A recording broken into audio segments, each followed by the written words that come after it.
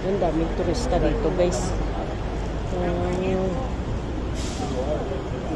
Nagbibidyo muna tayo dito. Naglalakad ako gawa ng punta ko sa school dahil yung alaga ko sa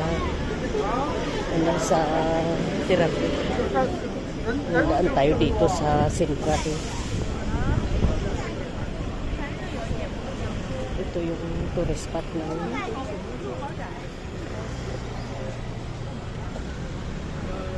daming tao dito. Tingnan mo hirap ka hindi ka maka-overtake sa mga tao. Siksikan talaga. Ang oras kasi 11:30 ng umaga. May time pa ako 30 minutes, so daan muna tayo dito papunta sa school.